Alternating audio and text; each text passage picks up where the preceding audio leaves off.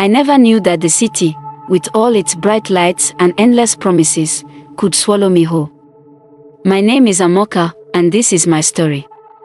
The night before I left my village, the stars blinked like they were warning me. Mama sat on her wooden stool, her fingers weakly weaving a mat she wouldn't finish. She didn't beg me to stay, but her eyes clung to me like vines, pulling at my heart. The city is not like home, AMAKA, she whispered. It can be sweet like honey, but it can also turn bitter. I smiled, kissing her wrinkled forehead. I was determined to change our lives. I promised her I would make enough money to build a house with a zinc roof, buy her new wrappers, and send my younger siblings to school. I left with nothing but a small bag of clothes, a few tubers of yam Mama packed, and my hope as bright as the morning sun.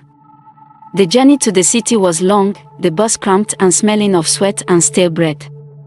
But my excitement masked the discomfort. I stared at the growing skyline as we approached. Tall buildings stretched to the heavens, cars zoomed past like wild animals, and people moved like ants, all in a hurry to chase something unseen. My cousin, Ifeoma, met me at the park. She lived in a small room in a crowded part of the city. She promised to help me find work.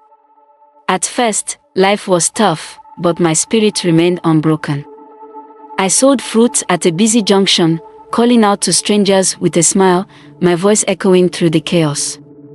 Then, I met Tony. He was charming, with a voice smooth like silk and a smile that melted my worries. He promised me a better life. Why suffer under the sun? He asked, brushing his fingers against my cheek. You deserve more. I believed him. He introduced me to his friends, boys who dressed well and carried themselves like kings of the streets. They took me to parties where music roared like thunder and drinks flowed like rivers. I tasted freedom, or so I thought. Days turned to weeks, weeks into months, and slowly, the girl from the village faded. The once bright AMAKA became a shadow, trapped in a cycle of late nights, empty promises, and dangerous games. The first time I was arrested, Tony promised he would get me out. And he did. But each time, a part of me died. I tried to leave, but they always found me. They laughed at my weakness, stripped me of my dignity, and told me I belonged to the streets. I remember the night I realized I had lost myself. Rain poured heavily, washing the filth of the streets but not off my soul. I stood under a broken streetlight, barefoot, shivering, and broken. I thought of Mama. Of home.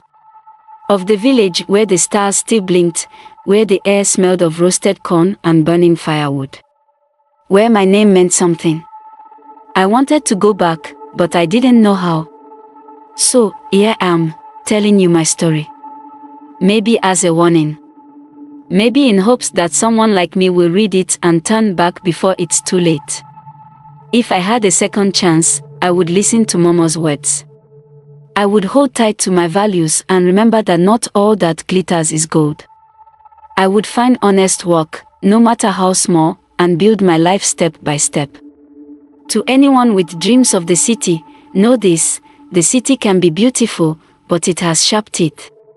Surround yourself with people who truly care for you, and never let the promise of easy riches blind you to the dangers lurking in the shadows.